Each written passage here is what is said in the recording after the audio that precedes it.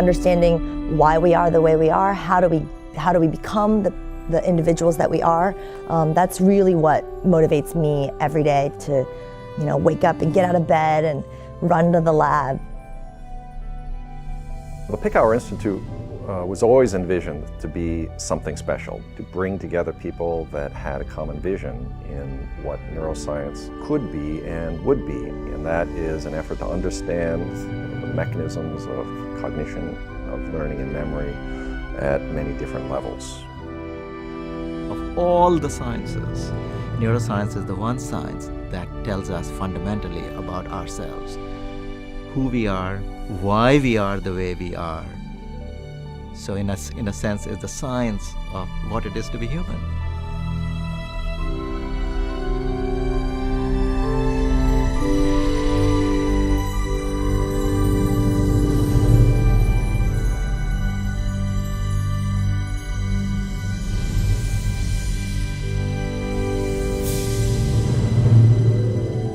Being able to figure out how the nervous system works at a molecular and cellular level is key to solving some of the major problems of our generation: depression, suicide, schizophrenia, neurodevelopmental disorders, autism. Neuropsychiatric and neurodegenerative disorders affect a huge fraction of the population, and it's enough to have one person in a family that has one of these problems to impact the entire family. And I don't think that there's a single one of us that doesn't know a family like this that is affected. It's very exciting to now see some of our work, basic neuroscience, basic neurobiology, come into fruition in terms of understanding fundamental mechanisms of brain disorders. Compared to many other fields, for instance, cancer, I think a lot of the big mechanisms have already been worked out. And I think the whole field at this stage is more at a position to try to figure out the solution to combat the disease. But neuroscience is still, someone call it the last frontier for life science research. Picower Institute is a great place to study Alzheimer's disease because many scientists are studying the fundamentals of the mechanism behind learning and behind memory formation. So once we understand these important mechanisms, then we have very good clues in terms of how to develop new strategies to come up with therapeutic interventions. My name is Mark Baer, and I study how experience modifies the brain. We became interested in a protein that was missing in a rare cause of autism called Fragile X syndrome. And we made some unexpected discoveries that actually pointed the way to a potential therapeutic strategy for the disease, and which we then tested that idea and successfully. And this has now inspired clinical trials in Fragile X and now more broadly in autism. We have 2 drugs in human clinical trials. One has recently completed a phase 2 trial and will go into phase 3. And I think the results look extremely promising.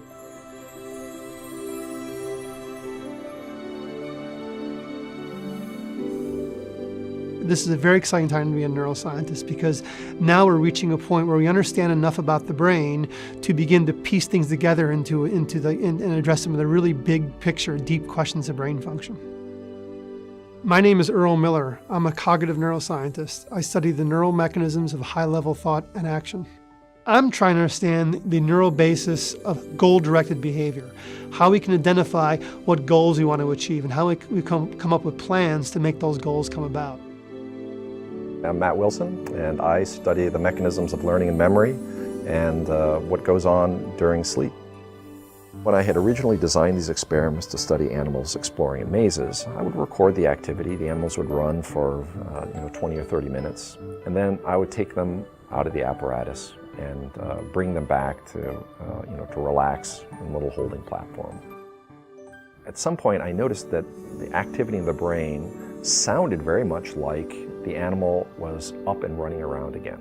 Upon analyzing that data, discovered that indeed the activity that the animal had engaged in while it was running on the maze was being replayed during these sleep states. In some sense, the animal had the capacity to dream.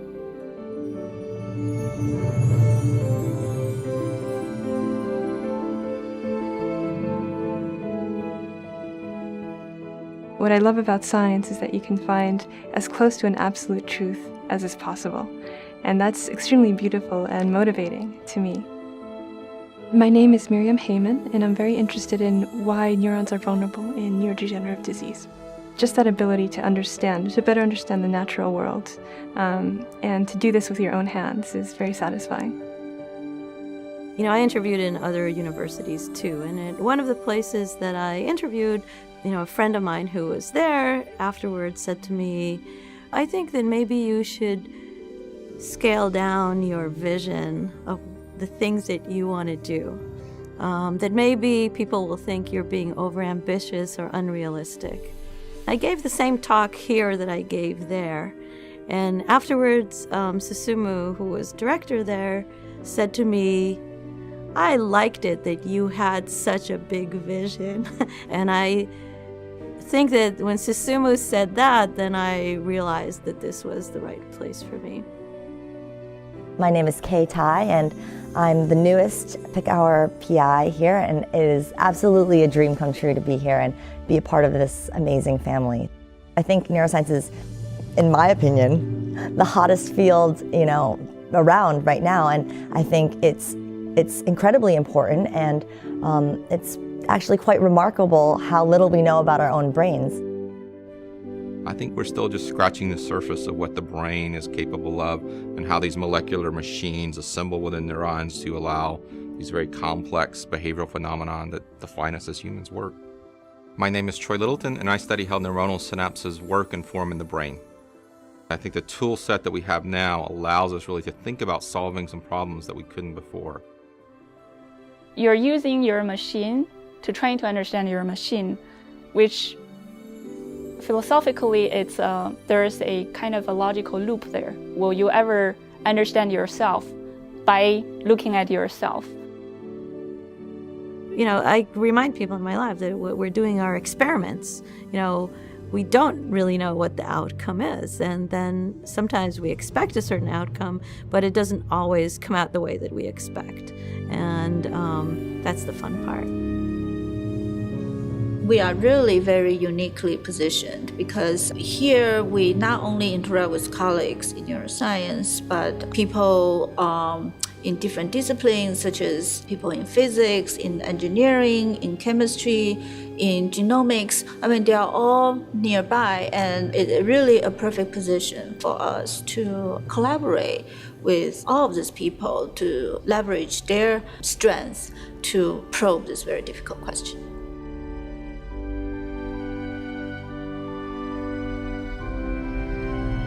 My fascination with the brain began with the news of John Kennedy's assassination. I was a little boy at the time, about 6 years old, but I still vividly remember the incident.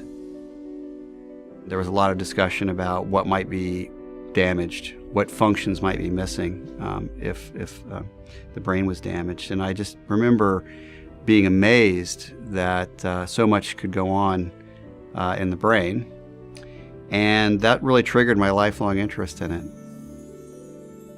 The first things that interested me in neuroscience was actually a personal experience through seeing my brother, who has schizophrenia, take medications that are given to schizophrenics.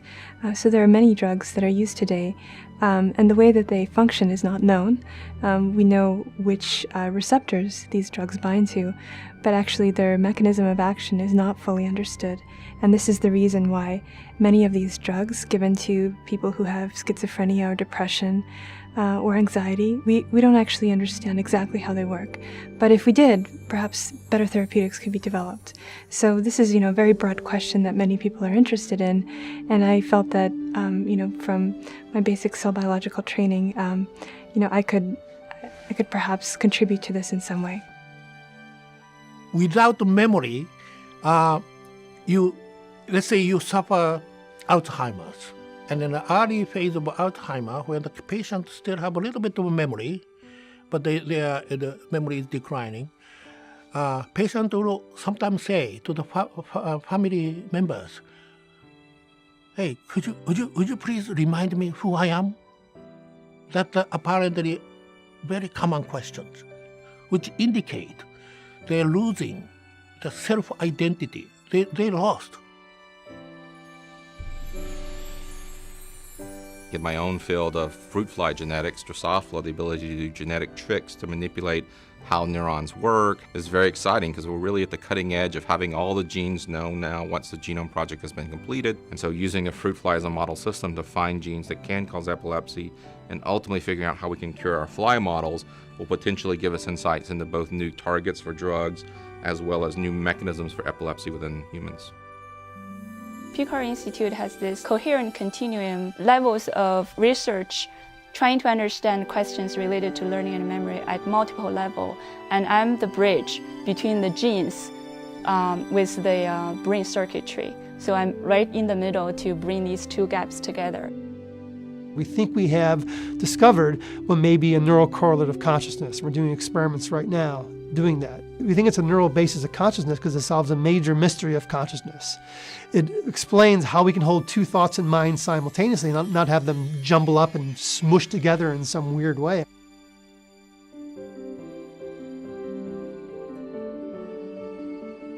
After the Human Genome Project, there's a shift in understanding the biology to really look at the regulation of the genes. We found that in Alzheimer's disease, the book is completely closed and the genes cannot be expressed, and this causes cognitive impairment and dementia. And we're very excited that we found a novel way to allow the book to be open again, for the genes important for learning and memory to be expressed again. And we actually have a very good way to reverse the symptom of cognitive impairment.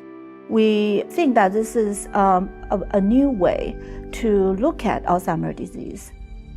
You know, in the past, whenever someone would ask a question, so when are you going to find a cure for X? When are you going to find a major discovery? And the joke was, it was always 5 to 10 years away. You say 5 to 10 years because you feel it's beyond the foreseeable future. It's just out there. But I think now, 5 to 10 years, it's not in the distant, unforeseeable future. It is in the realizable future. It is on the horizon. When we look back on this moment 50 years hence, we'll realize that this was the moment where a lot of the painstaking work to understand basic functions of the nervous system were finally being translated into novel therapeutics for the diseases of the nervous system, both psychiatric and neurological. I want to tell you, Picower Institute is one of the best learning and memory-oriented brain research institutes in the whole world. That's the way I look at it. In fact, I hear from the very respectable neuroscientists, we are imitating Picower Institute. It's a fantastic place.